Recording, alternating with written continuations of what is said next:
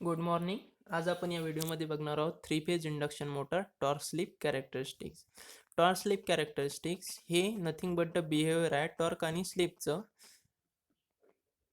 Induction motor स्लिपच्या different व्हॅल्यूजसाठी कोणकोणत्या टाईपचा torque produce करते हे आपण एक कर्व ड्रॉ करून काढतो.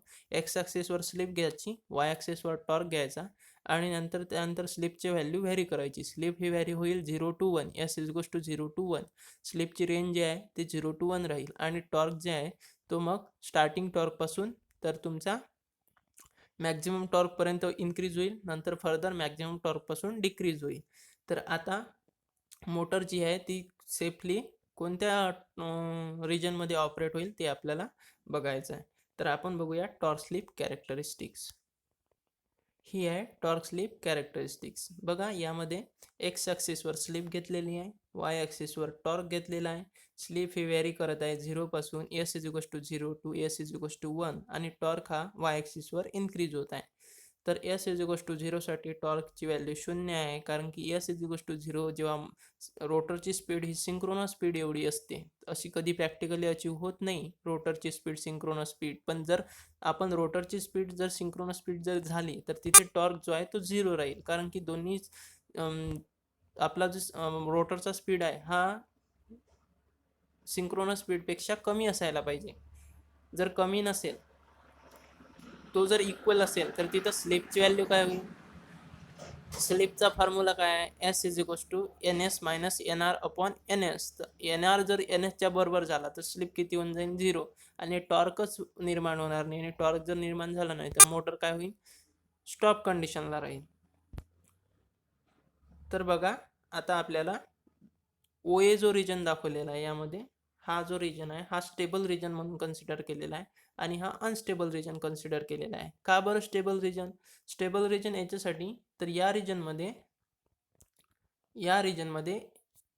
Yes is equals to 0 to S is equals to S M, या रिजनमध्ये टॉर्क हा डायरेक्टली प्रोपोर्शनल टू आहे स्लिपला. बघा स्लिप पण वाढत आहे, S is equals to 0 to S is equals to S M पर्यंत गेली स्लिप इथपर्यंत, आणि तुमचा टॉर्क पण वाढत आहे. आणि वाढत कसं आहे? लिनियरली वाढत आहे.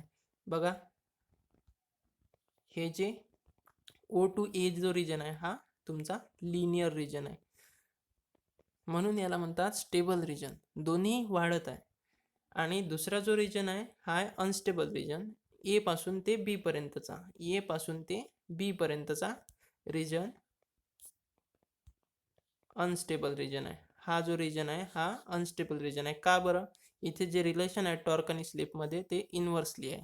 जर स्लिप जर वाढली टॉर्क काय होतं? कमी होत आहे. बघा तुमची स्लिप वाढत आहे, S is equals to S M T S is equals to 1, आणि तुमचा जो टॉर्क आहे तो काय होत आहे? कमी होत आहे.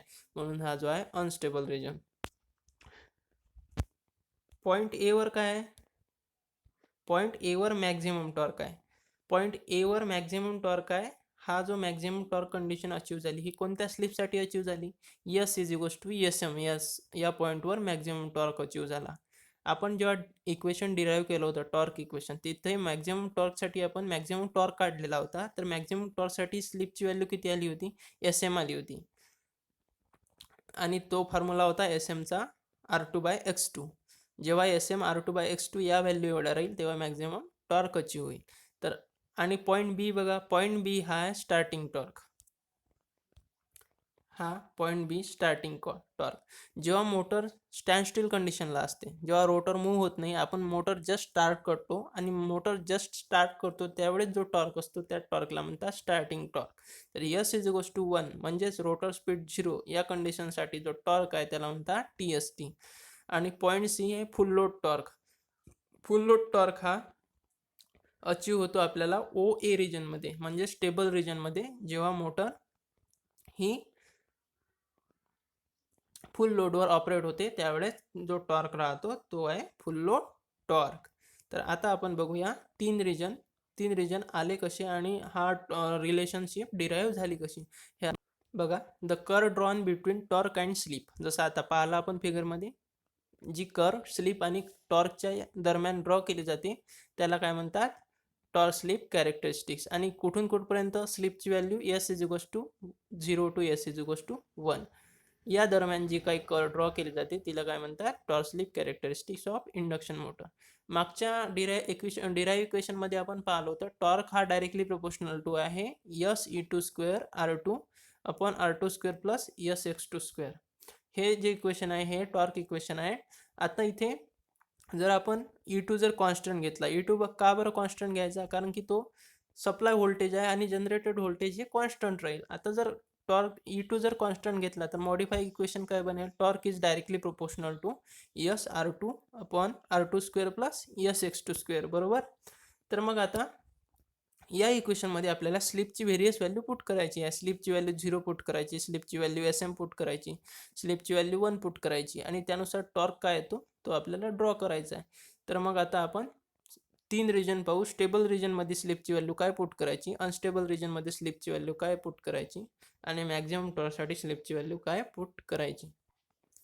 स्टेबल ऑपरेटिंग रिजन 3 रिजन्स आहे, एक स्टेबल आहे, एक अनस्टेबल आहे आणि एक नॉर्मल आहे. स्टेबल रिजन मध्ये बघा, स्टेबल रिजन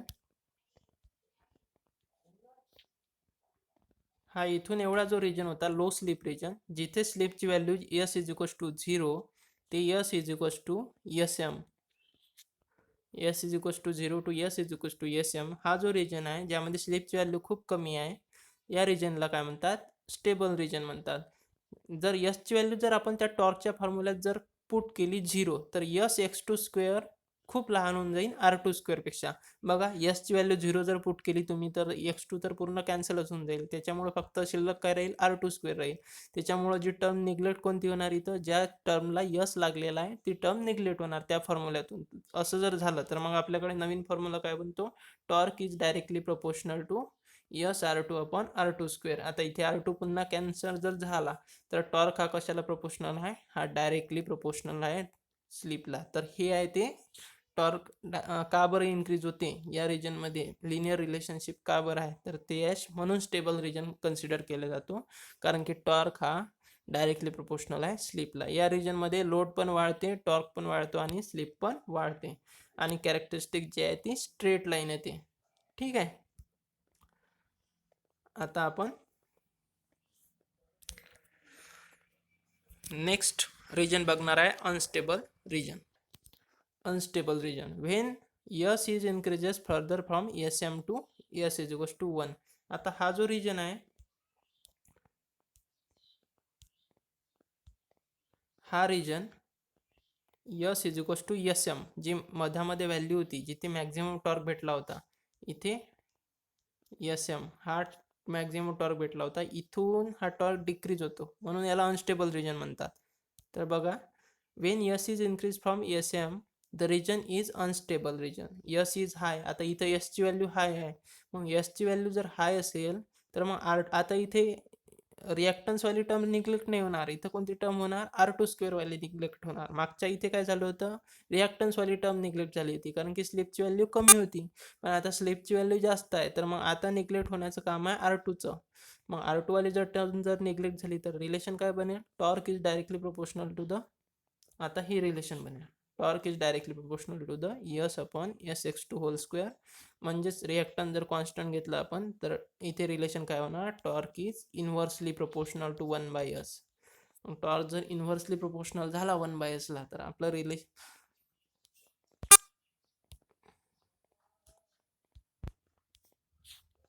तर इथे डिक्रीज होते. तर हा जो रिजन आहे तुमचा हा आहे high slip region, unstable region, म्हणून याला अनस्टेबल रिजन म्हणतात. बघा, in this region the load increases, slip increases, पण टॉर्क काय होतो, डिक्रीज होतो. Characteristics is approximately rectangular hyperbola, जो शेप आहे तो रेक्टँग्युलर हायपरबोलाचा आहे. The load further increases, speed decreases, sleep increases, lead to the motor standstill condition. Hence, motor should not be operated at any point in this region. म्हणून या रिजनमध्ये motor operate होत नाही, कारण की या रिजनमध्ये जर मोटर ऑपरेट झाली तर मोटर स्टँडस्टिल कंडिशनला येऊन जाईल आणि आपल्याला त्या नको आहे.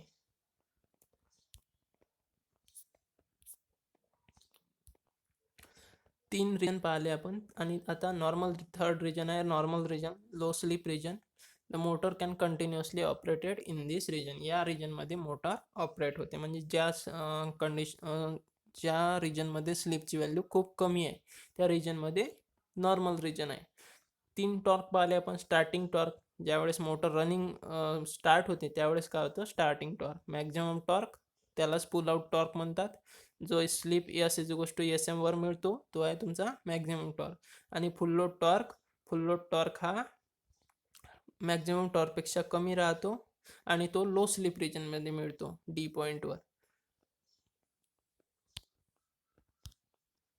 तर ही आहे torque slip characteristic, stable region आणि अनस्टेबल रिजन. तर खूप इम्पॉर्टंट टॉपिक आहे टॉर्क स्लिप कॅरेक्टरिस्टिक्स, नेहमी विचारला जातो हा एक्झाममध्ये. आता आपण बघणार आहोत पॉवर फ्लो डायग्राम. बघा, पॉवर फ्लो डायग्राममध्ये पॉवर फ्लो म्हणजे सुरुवातीला जो इनपुट पॉवर देतो त्याचं कन्वर्जन म्हणजे इलेक्ट्रिकल एनर्जी देतो आपण, आणि आपल्याला आउटपुटमध्ये रोटेशन भेटते मोटरचं. तर या दरम्यान काही पॉवरचं कन्वर्जन होते, काही पॉवरचा लॉस होतो, तर त्याला म्हणतात पॉवर फ्लो डायग्राम. जर आपण तो डायग्राम जर रिप्रेझेंट केला तर तो आपल्याला पॉवर फ्लो. बघा आता इथं 3 फेज AC सोर्स, आता हा आपण इनपुट पॉवर दिला, तो किती दिला असेल आपण इनपुट पॉवर, तो दिला होता आपण 3 VPH IPH cos phi. हा AC पॉवर दिला आपण, म्हणजेच √3 VIL cos VL IL cos phi. हा जो आपण पॉवर दिला होता तो इनपुट पॉवर दिला होता. इनपुट पॉवर दिल्यानंतर आपण हा इनपुट पॉवर कोणाला दिला, स्टेटर वाइंडिंगला दिला. स्टेटर वाइंडिंगमध्ये काय असते, स्टेटर कोअर असते जे आयरन, कास्टिल आयरननं बनलेलं आहे, आणि नंतर स्टेटर वाइंडिंग असते. तर तिथं 2 प्रकारचे लॉस होतात. आता स्टेटर कोअरमध्ये कोणकोणते लॉसेस होतात, स्टेटर कोअरमध्ये, आता हे स्टेटर कोअर आहे, इथे कोणकोणते लॉसेस होतात, इथं एक हिस्टेरेसिस लॉस होते आणि एडी करंट लॉस होते. आणि कॉपर लॉसेस हे नंतर जे स्टेटर वाइंडिंग आहे तिथे कोणते लॉसेस होतात, स्टेटर कॉपर लॉसेस. हे झाले 2 प्रकारचे स्टेटरमधले लॉसेस आहे. मग हा जो इनपुट पॉवर दिला होता याच्यात पहिले स्टेटरमध्ये काय झालं, लॉसेस झाले. मग स्टेटरमध्ये लॉसेस झाल्यानंतर जो उरलेला पॉवर आहे त्याला म्हणतात एअर गॅप पॉवर, कारण की आता हा पॉवर कुठे गेलेला आहे, एअर गॅपमध्ये. एअर गॅप पॉवर नंतर हा लिंक कोणासोबत होईल, रोटर सोबत. मग रोटरमध्ये पुन्हा 2 हे लॉसेस होतात. तर रोटरमध्ये कोणकोणते लॉसेस होतात, पुन्हा रोटर कशानं बनलाय, कास्टिल आयरननं बनलाय, तर तिथे एडी करंट आणि हिस्टेरेसिस लॉस होईल. आणि तिथे कॉपर वाइंडिंग पण आहे, तर तिथे कॉपर लॉसेस पण होईल. तर तिथे मग काय आहे, रोटर कॉपर लॉसेस. नंतर हे सगळं मायनस करून जो पॉवर उरलेला आहे, इतके सगळे लॉसेस मायनस करून जो, ज्याच्यामुळे मोटर रोटेट होऊन राहिली बेरिंगवर, तर तो काय, मेकॅनिकल पॉवर डेव्हलप, PM न इंडिकेट केला जातो, मेकॅनिकल पॉवर डेव्हलप.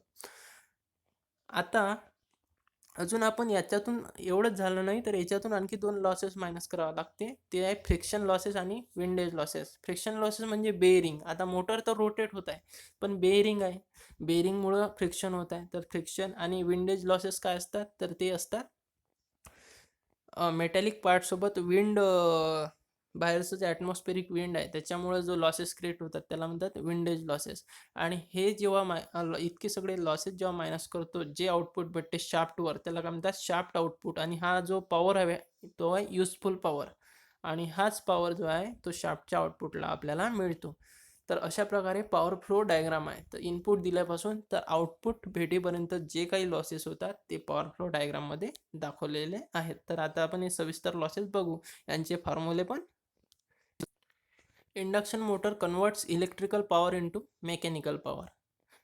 आपल्याला माहित आहे मोटर इलेक्ट्रिकल एनर्जीचं कन्वर्जन कशामध्ये करते, मेकॅनिकल एनर्जीमध्ये. 3 pH supply is fed to the stator. आपण स्टेटरला 3 फेज सप्लाय देतो, इनपुट पॉवर, त्यालाच इनपुट पॉवर म्हणतात. त्याचा फॉर्म्युला आहे Pin equals to √3 VLIL cos phi.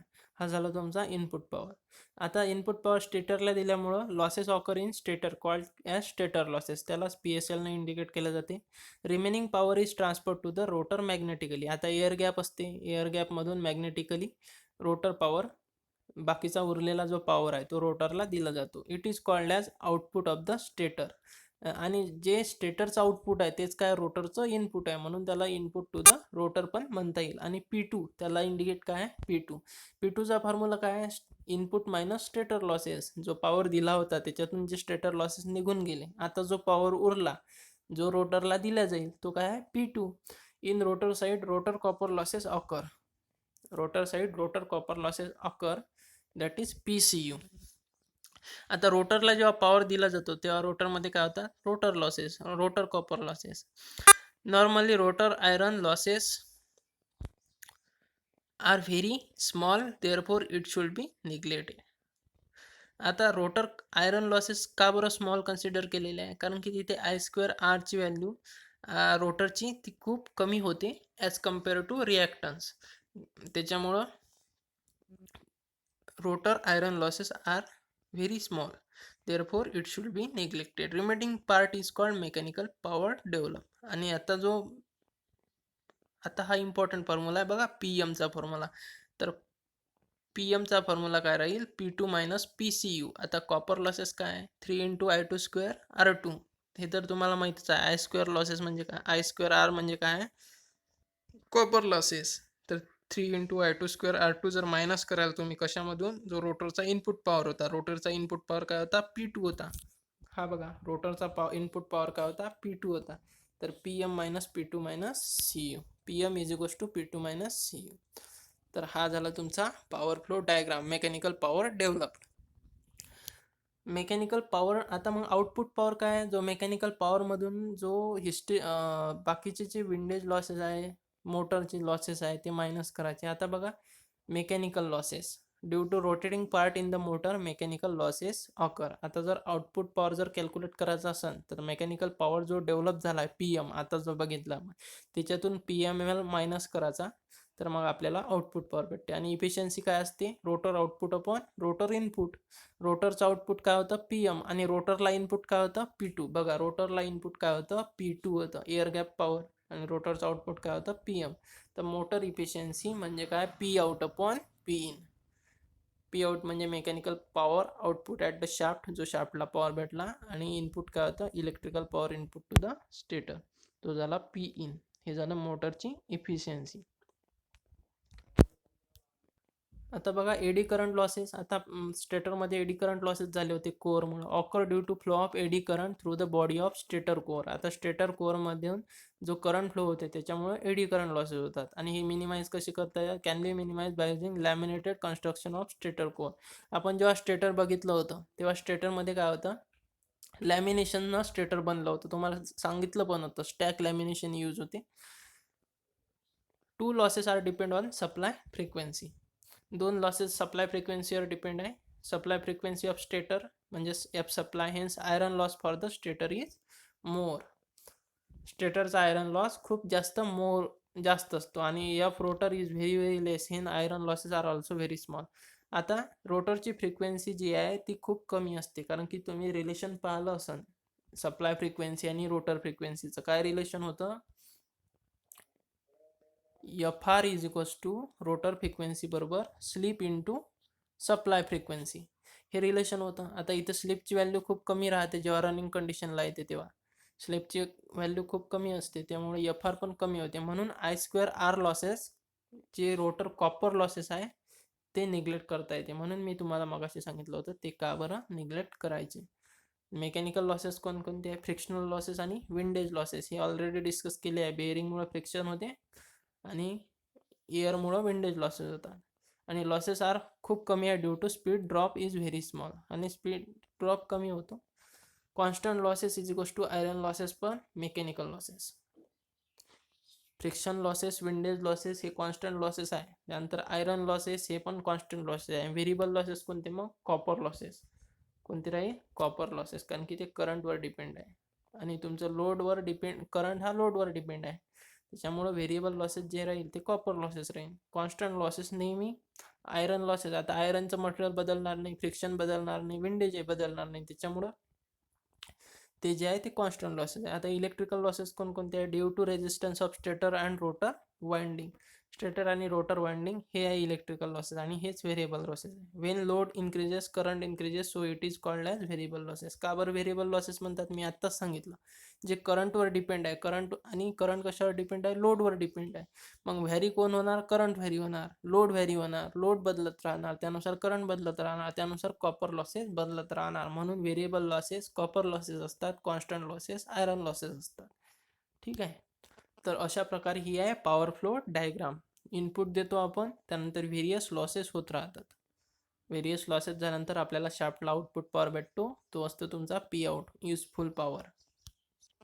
आता याच्यामधलं जर आपल्याला रिलेशन काढायचं असेल, relationship between rotor input P2 म्हणजे रोटरचं जे इनपुट पॉवर आहे आणि rotor copper losses PCU P2 आणि PCU याच्यामधलं रिलेशन जर काढायचं असेल आणि नंतर आणखी कोणता पॉवर ग्रॉस मेकॅनिकल पॉवर जो मेकॅनिकल पॉवर डेव्हलप झाला या तीनही पॉवर मधलं रिलेशन काढायसाठी आपल्याला एक डेरिव्हेशन करायचं आहे. तर ते आपण बघू. In general power in terms of torque आपल्याला माहिती आहे पॉवरचा फॉर्म्युला टॉर्क इंटू स्पीड बरोबर. हा इम्पॉर्टंट फॉर्म्युला आहे पॉवरचा. Power is equals to torque into speed लक्षात ठेवायचा. पॉवर काय आहे तुमचा टॉर्क किती डेव्हलप झाला आणि किती स्पीडनं मोटर रोटेट झाली यांचं मल्टिप्लिकेशन जर केलं तर तो तुमचा पॉवर आहे. तर मग आता डब्ल्यूचा फॉर्म्युला काय आहे डब्ल्यूला तुम्हाला फर्दर काय लिहिता येईल 2 pi N by 60 2 pi N by 60. Power is transferred from stator to rotor. मग आता स्टेटरपासून रोटरपर्यंत पॉवर ट्रान्सफर होते P2. आता रोटर पॉवर काय P2. आता पीला आपण P2 लिहायचं कारण की आता रोटरचा पॉवर जो आहे तो P2 आहे आणि TG काय आहे air gap torque. Omega S काय आहे तुमची stator angular speed TG into 2 pi NS. आता ग्रॉस मेकॅनिकल पॉवर कॅल्क्युलेट करायचं असेल कसं कळा इंडिकेट केलं जातं PM न. तर air gap power into angular speed हा झाला तुमचा किती स्पीडनं मोटर रोटेट झाली. तर TG इंटू 2 पाय N बाय 60 एकदम इझी आहे. तो आहे तुमचा gross mechanical power develop. Gross mechanical power develop म्हणजे मोटर किती स्पीड पॉवरनं रोटेट झाली तो काय तुमचा PM. रोटर कॉपर लॉसेस आता पाहू.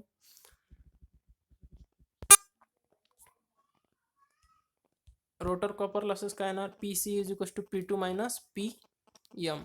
जो मेकॅनिकल पॉवर जर मायनस केला एअर गॅपमधून तर तो काय तुमचा कॉपर लॉसेस. दोन्ही फॉर्म्युले टाकले आणि त्यानंतर जे कॉमन निघून जो फॉर्म्युला बनला तो कॉपर लॉसेसचा काय बनला PCU is equals to TG 2 pi by 60 NS minus N.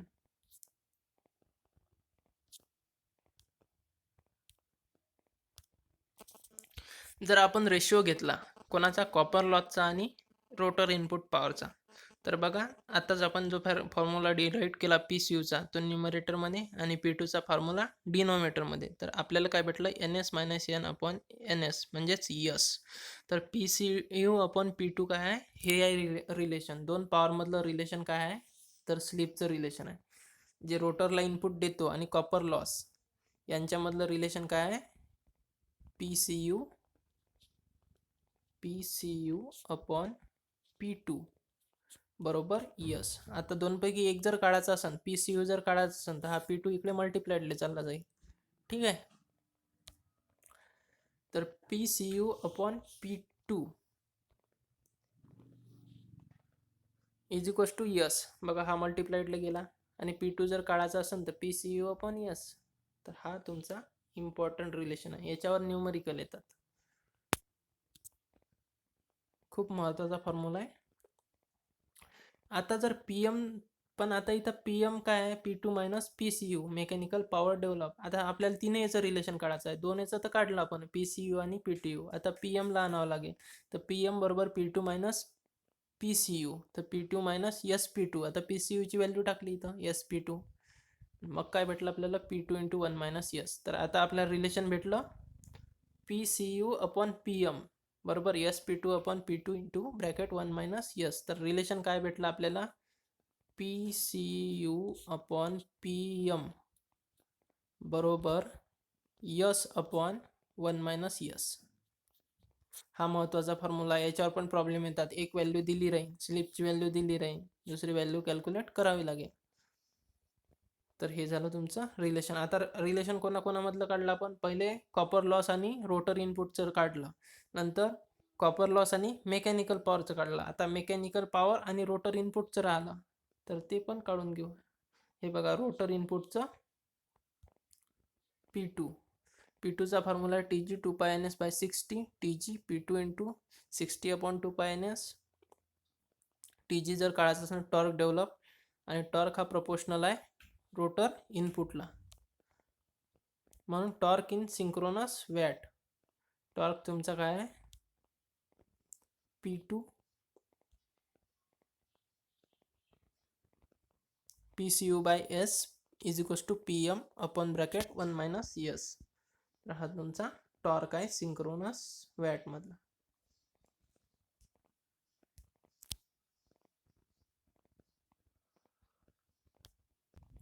Numerical जर बघायचे झाले तर एकदम इझी न्यूमरिकल येतात त्याच्यात. बघा एक एक्झाम्पल घेऊ आपण. A 6 pole 3 phase induction motor develops a power of 22.38 kilowatt including mechanical losses which total 1.492 kilowatt at the speed of 950 rpm on 550 volt 50 hertz means the power factor is 0.88.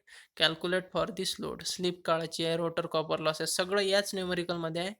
एक एक formula लावायचा आहे आणि calculate करायचा आहे. स्लिपचा formula NS is equals to 120F/P. सगळ्या value put up केली, 1000 RPM व्हॅल्यू आली. आणि त्यानंतर स्लिप जर काढायची असेल तर मग आता NS मायनस N/NS हा फॉर्म्युला लावायचा, स्लिप निघेल. नंतर बघा रोटर कॉपर लॉसेसचा फॉर्म्युला आता जे आपण याच्यावर न्यूमरिकल येतात सांगितलं होतं तुम्हाला. तर हे rotor copper losses P mechanical जे फॉर्म्युले डिराईव्ह केले होते त्याच्यावरूनच हे इक्वेशन आहे. P2 into 1 minus S. तर P2 is equals to PM/1/S. Value put up केले आणि आन्सर काढलेले. The total input P in. Input power जर काढायचं असेल तर रोटर पॉवर तुमचा प्लस स्टेटर लॉसेस हे जर ॲडिशन केले तर तुम्हाला काय भेटेल, इनपुट पॉवर. इफिशियन्सी काय असते, आउटपुट अपॉन इनपुट. तर आउटपुट काढावं लागेल पहिले. तर मेकॅनिकल पॉवरमध्ये मोटर लॉसेस जर मायनस केलं तर तुम्हाला आउटपुट पॉवर भेटते. जसं फ्रिक्शन लॉसेस, विंडेज लॉसेस जर तुम्ही मेकॅनिकल पॉवर डेव्हलपमध्ये मायनस केलं तर तुम्हाला काय भेटते, shaft power. Shaft power upon input power into 100 म्हणजेच काय तुमची इफिशियन्सी. तर अशा प्रकारे हे पॅरामीटर कॅल्क्युलेट